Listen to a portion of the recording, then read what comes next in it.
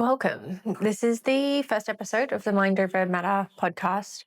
Today we're talking about how I became pregnant. Um, Less on the how, as you can use your imagination, but more so on the story behind it. For context, I am now 4.5 months pregnant. It was unplanned, spontaneous conception.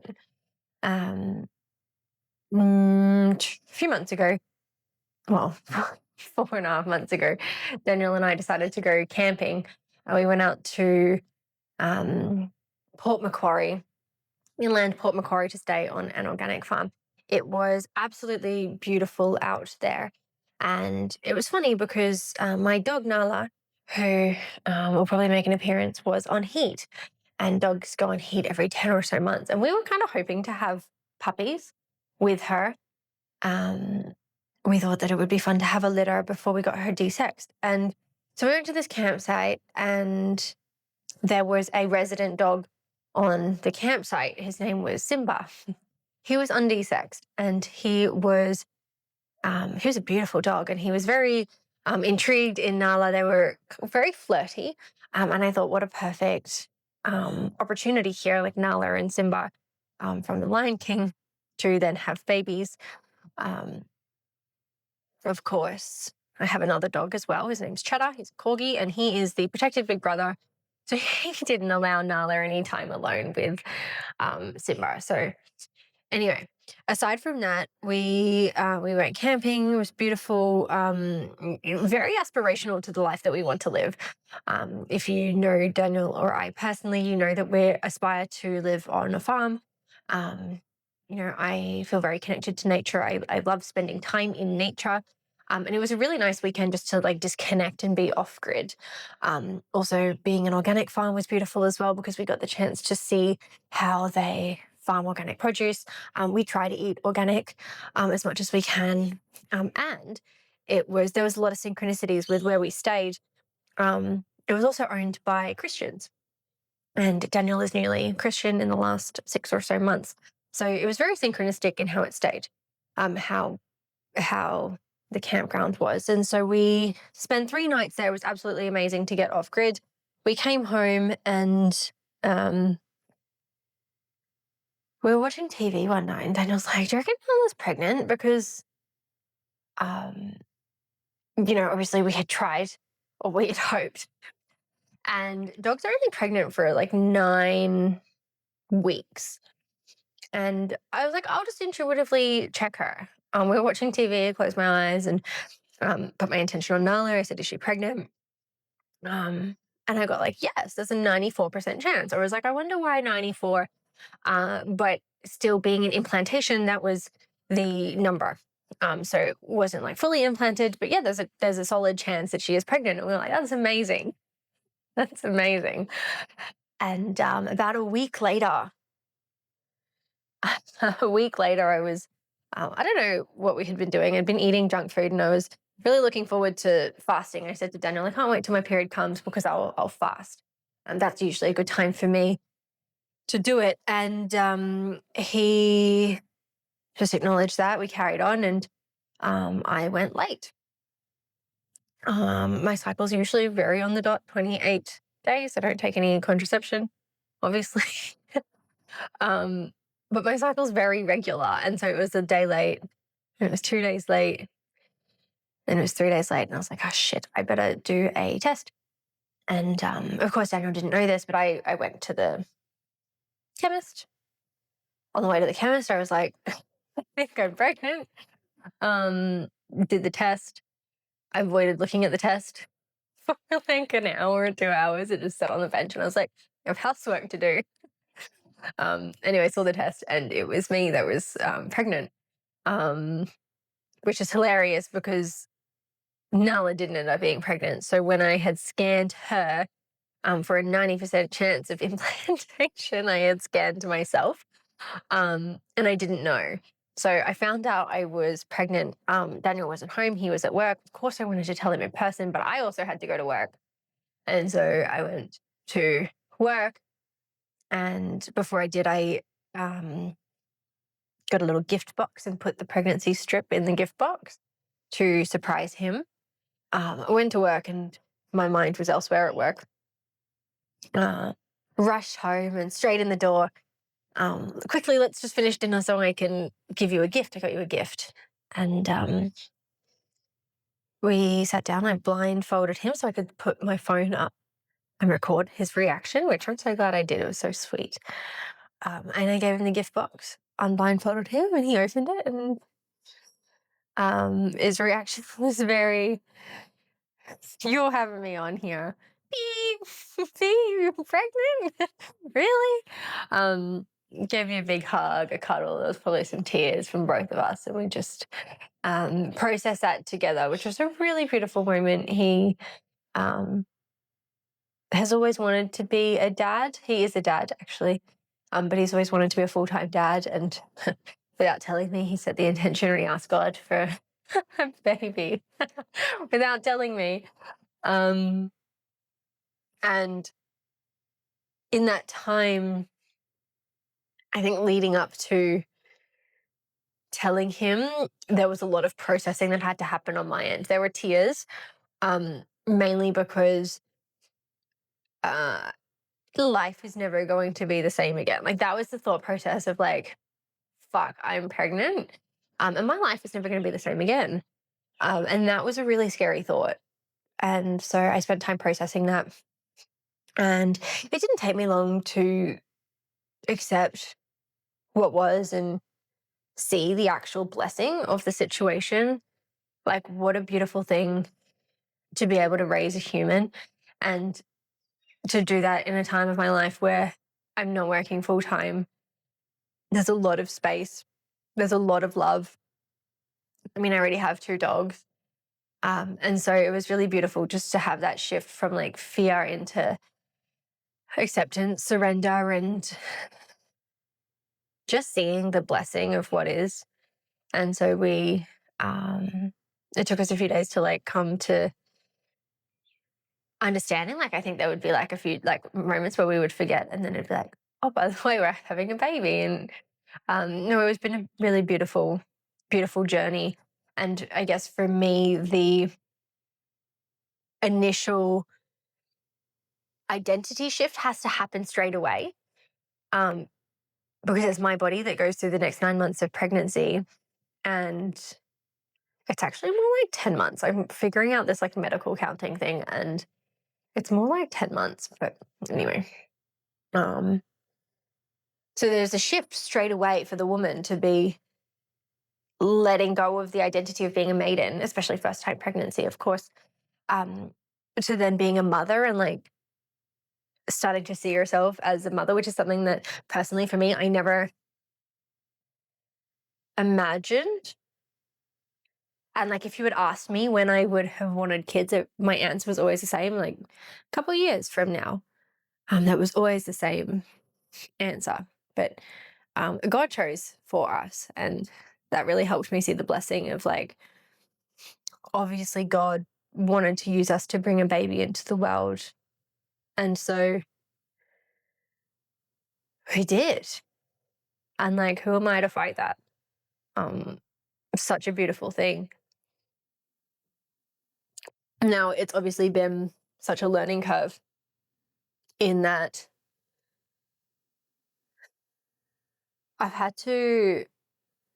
gotten to see and feel and experience what pregnancy is like, and learn. Like, one of my goals is to be educated and informed as a mother, especially when it comes to like bringing a child into this world, how I want to do that. Like, for me, it's important that there is intention around everything that I choose to do with this baby, like from the way that we carry it, from labor, from postpartum, and being intentional. Like, there's a lot that I have started to learn and I have not yet completed learning. I've got plenty to learn. But one thing that's really blown my mind is like how amazing the female body is, and like the absolute miracle of pregnancy. Like, a sperm and an egg meet, and there is like a blast of light being the creation of new life. And from there, it's like cell division, but then it starts to knit and form and create into, well, first a spinal cord, and then a brain, and then a heart, and then the organs, and then the limbs and the skin. Like that for me is so fascinating. And don't quote me on this because I haven't read scripture, but there's a scripture about like God knit you together in the womb. And it really does feel like that. Because there's no conscious effort on my behalf. Like the implantation has happened and I'm just here for the ride. Like whatever's going to happen is going to happen, and it's all going to happen on its own, which is just fascinating and amazing to me.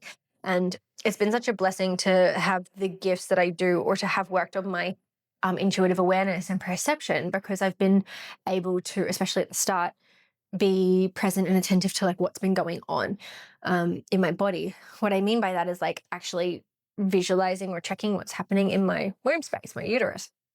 And there was 3 specific like check-ins that I remember. Well, 4 actually. The first one, I was like sort of processing all of this. So I asked God, what do I need to know about this baby? And I got the word like sacralua. And I was like, I don't know what that means, but put it into ChatGPT. Thank you. And it translated to like sacred or holy moon goddess. And I was like, that's amazing, because we were conceived out in the under the moon, and sacred in that, like, you know, it is a blessing and it is like a gift from God, is how I see it and perceive it. And so that was interesting. You know, sacralua was the very first word that I heard in relation to the baby. And I think I had my sister said, like, you should name her that. It doesn't feel 100% aligned, but she has chosen her name, and it is very close to that, which is really cool.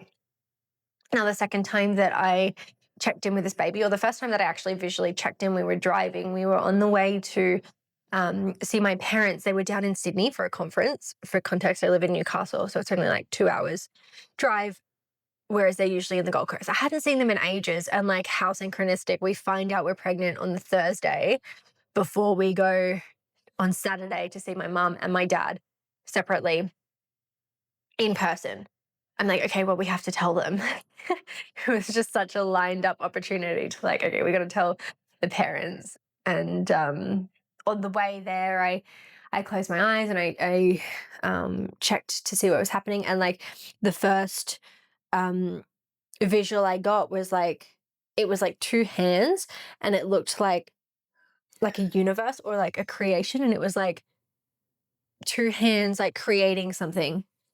Like there was like magic of working together. This was like just past my missed period, so it would have been like 4 weeks in medical counting. And that was beautiful. I'm like, she's being created. Or the baby's being created. I from the start, when she said sacralua, sacred moon goddess, I've believed it's a girl. And then the second time, well, I can go into telling the parents. It was beautiful. It was really beautiful, actually. Telling my dad that I was pregnant. His reaction still, like, I still sometimes go back to that, but it was just like such a pure, like, really, and like such a hopeful and, you know, loving reaction. I didn't know what to expect because it's the first baby in the family. But yeah, it was so beautiful and pure, and just nice to get that reaction from him. Side note, one of my favorite pastimes, this probably in trimester 1, is like watching videos on Instagram or TikTok of like people telling their parents they're pregnant and the reactions, and I just sit there crying at the phone. I don't know why. I've moved on from that a little bit now, I think, but that was just really, that really got me in the feels every time. Telling my mum as well, she sort of knew. I was like, I have something to tell you. She goes, what, you're pregnant? I said, yeah. How'd you know? So telling the family was beautiful. And I'm very blessed to have that experience, because I know that not everyone gets that same reaction. I'm blessed to like bring the first grandbaby into the family. It feels very special. Now, back on track. The second time that I tuned in to see baby in the womb was a bit later. I would say around 5 weeks, 6 weeks, and maybe like a week and a bit later. And it was like visually shown to me as like a string, or like what would be the spinal cord with like a little nub on top, like the brain nub and the spinal cord. I saw that and I was like, that's really cool. So that was the second time I checked in. And then the third time I checked in was I could see more organs starting to form. The heart was starting to form, but it wasn't yet beating. And I like intuitively checked, when does the heart start beating? I said 3 days. So the next day I checked in, how heart wasn't beating. How long? 2 days. And by the time the heart started beating, I got to witness that come online, which was absolutely beautiful to see or feel intuitively baby's heart start beating. And it just felt really real and solidified. And so it's been amazing to connect with baby in that way and to see her progress. And that was very early in the first trimester. And then things went a bit wobbly. Being first trimester, I was like doing so well, like up to 6 weeks. I was like meditating 3 times a day, checking in with verbs, doing really well. And then just got a bit sicky, and my morning sickness wasn't too bad, but the tiredness and always feeling tired and like needing to sleep was huge. Not having much energy to do stuff. The nausea on the days that I did get it is a pretty yucky feeling. And the hunger. It was like I have spent so long, so many years getting myself out of survival mode, mentally, emotionally, and then being in first trimester pregnancy, it's like right back to survival mode, in the sense of I now needed to look after my physical needs first, and that was like all I had capacity for. So the meditation practice fell out the window, and it was very much, if I was tired, I would sleep. If I was hungry, I would eat. And no one warns you about pregnancy hunger. When you're hungry, you have a short window to eat. It's not like hunger in that, like, I need to eat so much. It's like, okay, I'm hungry now, and if I don't have food in the next 20 minutes was my window, I'm going to feel sick or I'm going to be in pain. And so there was like a primal urgency around food and eating. And it was very much a survival state of like just meeting my physical needs to get by, which actually gave me a lot of new perspective on mothers. There was one day where I was sick and vomiting, and I didn't really move from the couch all day. I couldn't eat all day. And I just grew such an appreciation for women who have had kids, for mothers. Like, of course, I'm so fresh, like having just done trimester 1 and starting in trimester 2. I haven't even gone through the process of birth and labor and raising the child. But like in that moment, I saw such awe for women to like know that they've gone through so much. And as women, they're expected just to like as society, we think it's just normal. And I'm guilty of that in the past, of like my friends being pregnant and me not really giving much special consideration to their condition and like the way that their organs are rearranging to grow a human the size of a watermelon. Like, that's amazing. But I had no consideration for it because it wasn't something that I necessarily like had hoped for or was even aware of. It wasn't on my radar. And so just this experience of like, women are amazing. Mothers are amazing. It's been really eye-opening and really beautiful in a lot of ways. There's not really much else I have to say here. That's been my experience of pregnancy so far. Coming into trimester 2 has actually been such a blessing. I remember being in trimester 1 and looking online and people saying like, you get your energy back in trimester 2 and things change. And The reason for that being, as I understand it, and don't quote me on this, is that the placenta takes over to then supply the nutrients to the baby. So it's not coming from you per se, it's coming from the organ that you have created in the first trimester. And so I was hopeful that in trimester 2, there would be like a transition and I would feel like energetic and good. And pretty much like clockwork on week 12, I remember it was, I had a client and she said, "How are you doing?" I said, "The last 2 days have been good. And I think that it's going to stay this way." And it did. I got a really beautiful Christmas holidays. We went to Gold Coast to see my family. We stayed with my dad and saw my mum and my dad and my siblings. And I had my energy back. There was a few times where I like forgot that I was pregnant because I wasn't um, being demanded by need for sleeps or anything like that. The hunger still stayed. Not the hunger, but like the urgency of food stayed, and like I would wake up early and like, okay, I need to eat. But other than that, it's been really good. I've like managed to transition back to gym 3-4 times a week, which was really nice. It was hard missing that in the first trimester because it's a big part of my routine, not just for like physical fitness, but for seeing people and socializing and connecting. Like the gym is very much my community as well. And so being in survival mode of trimester 1 pregnancy, I did miss that, but it's been fabulous getting back to it. And I feel like so far my energy has been well sustained. I felt pretty good. Like I still get hungry and I still need to eat breakfast. And sometimes I still take naps, and that's okay.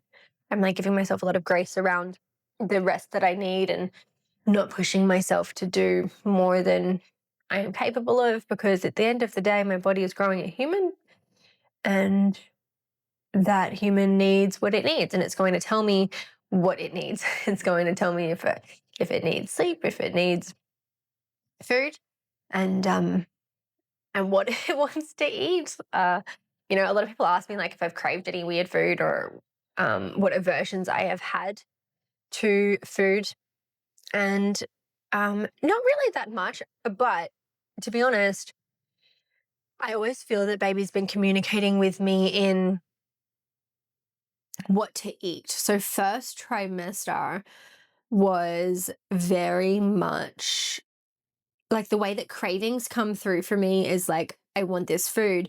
But the way that I see it is that baby's just asking for something like a nutrient or something. So cravings are just what the baby is depleted in or wanting more of to grow and to support growth. And so the first trimester, first I went off coffee, which one day just tastes like poison.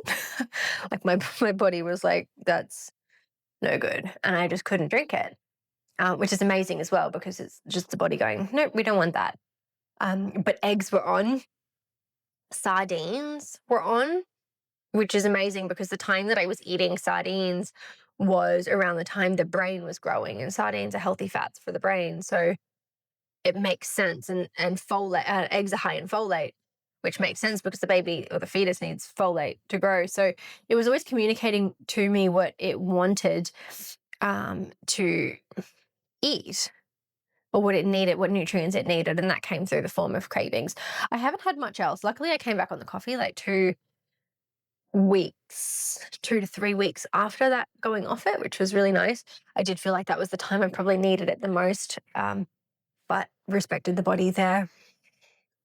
And lately it's just been, I've been eating a lot of eggs. Like I'll have 3 eggs a day for breakfast, 7 days a week. So it's like 21 eggs a week.